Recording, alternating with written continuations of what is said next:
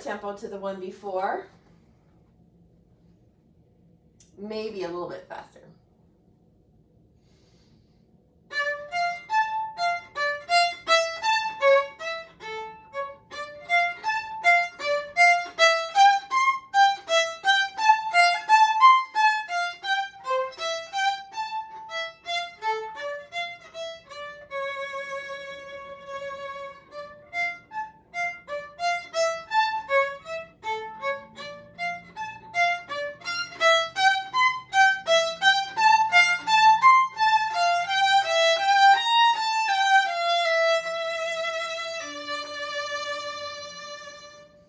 I might also point out that the last three measures are smoother bows.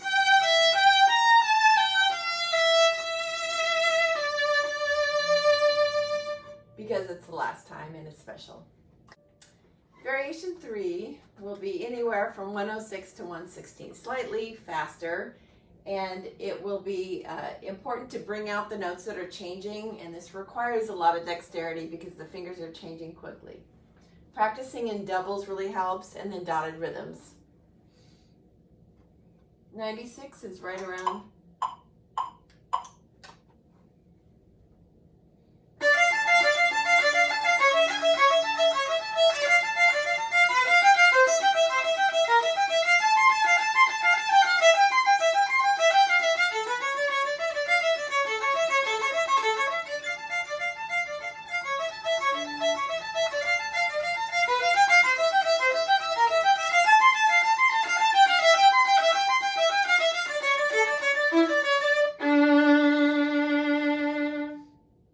Number 4, which begins in measure 65, will be around the same tempo.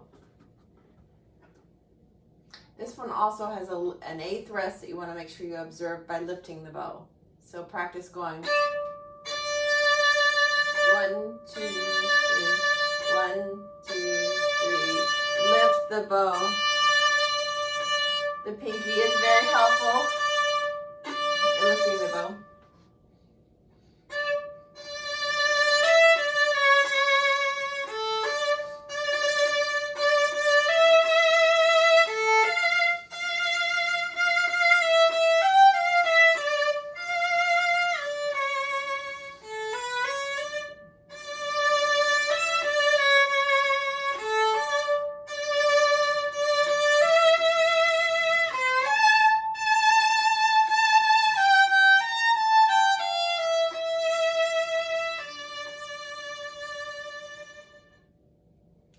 Number 5, which begins in measure 81, will be significantly slower. The quarter note goes way down to 52, up to 58.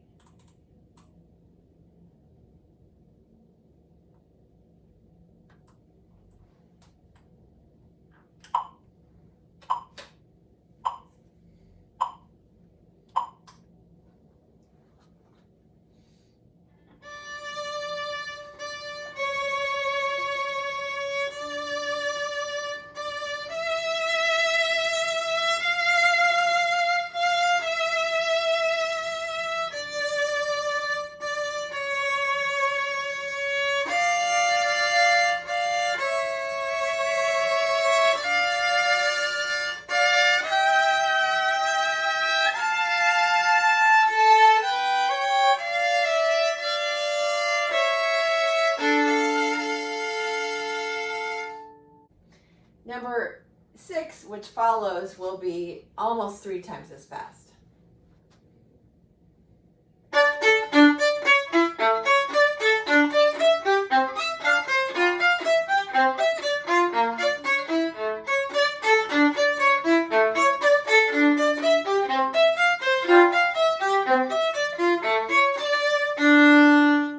Number 7 will be a similar tempo. Maybe slightly slower. 92 is what I have marked, so let's check out that tempo. Okay, we're going to be just a little under that.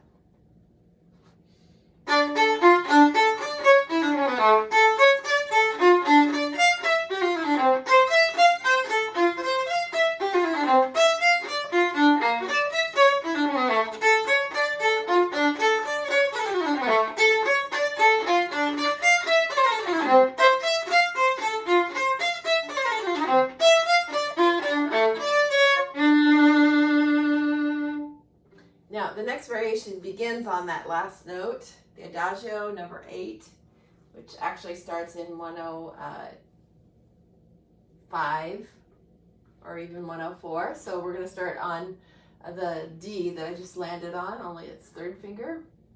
And this will be a quarter note at 54 to 60.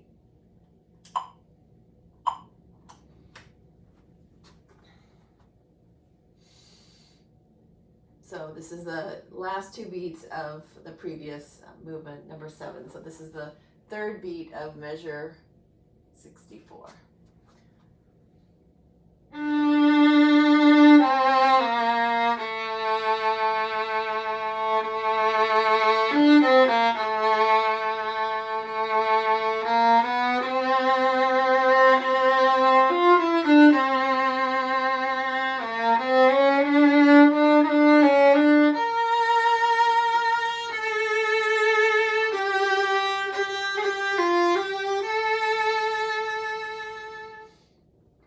So in number 8, it's really important that you know how to count the different changing beat patterns, which are, the rhythms within each beat, which are going to go from 16th notes to triplets, quarter triplets, or 8th note triplets.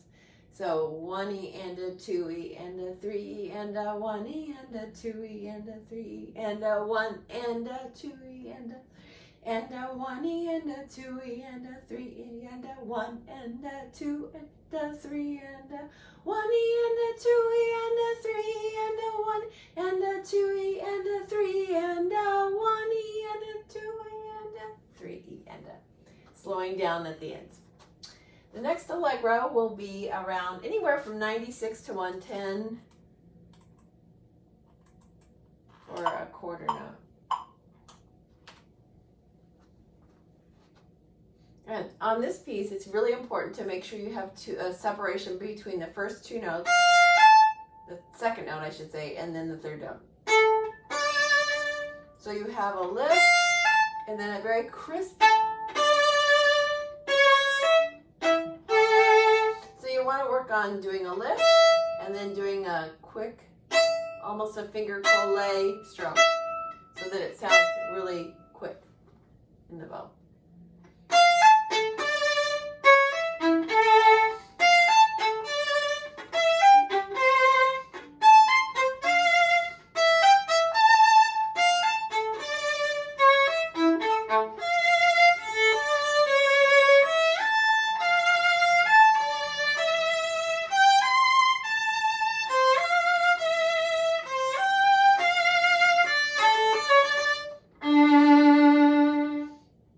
Number 10 will be the same tempo, maybe a little faster, and it's really important to get these bell-like sounds, like a bell going bong, bong. So each note should have an accent,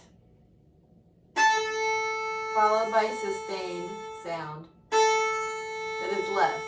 Should sound like a bell. Oops, too much crunch there. So same tempo or maybe a little faster.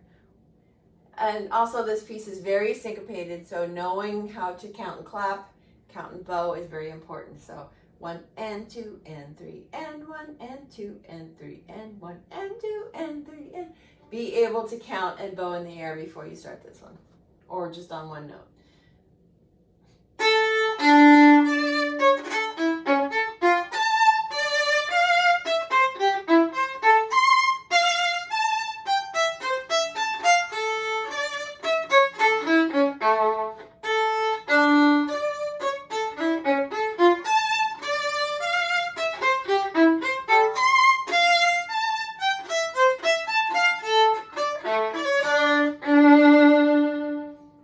Number 11, 145, will be around 88 to 100 per quarter, so it slows down.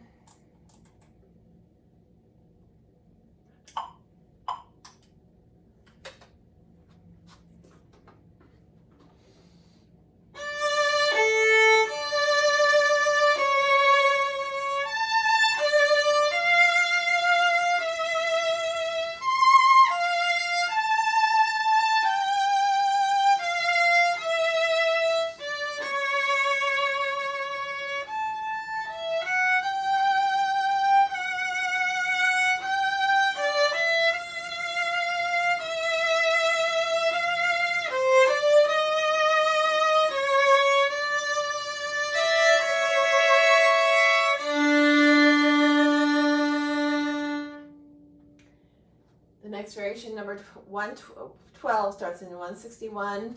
The tempo should be 76, slower or maybe faster.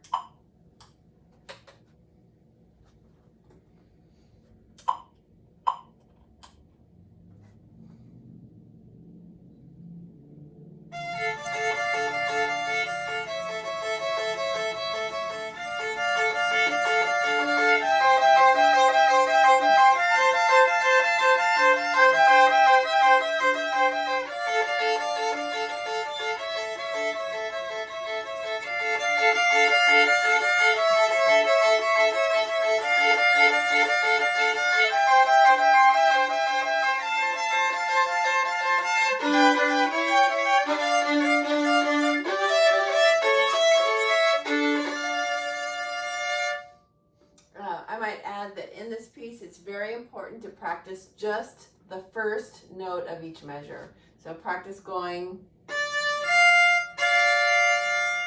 the first double stop. That's the second measure, so that would be 161 and 162, 163, 164.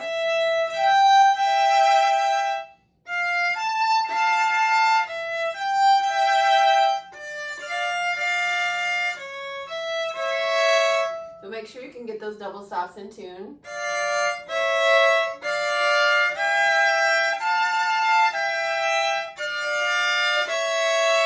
I also recommend that students practice fingering both, but playing only one line. So I've got my low first finger on E, but I'm playing the A string notes.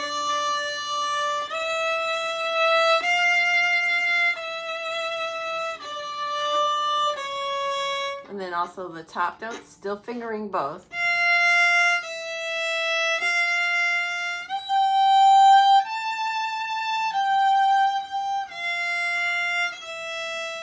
Now, in the notes that come at the end of this variation, very special, 174, 175, make sure you practice just open strings going like this.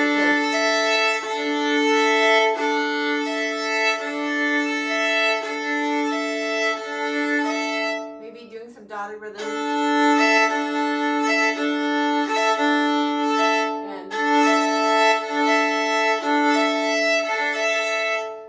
Gradually getting faster. So you're working on slowly.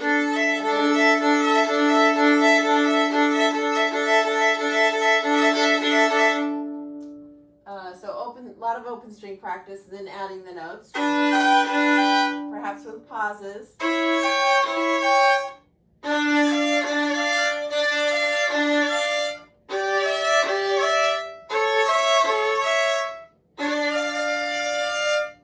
Those pauses a lot longer, as long as you need to get your fingers ready. The last variation will be the same tempo as the one you just played, except it'll slow down on the notes, the 30-second note scales leading up to the downbeats that are coming up. So you'll want to also make sure that the half notes before the 30-second notes are really only dotted quarters. So you're going to start the epo a little early. It says that in the notes to the Suzuki, in the Suzuki book, that that's the way it should be played.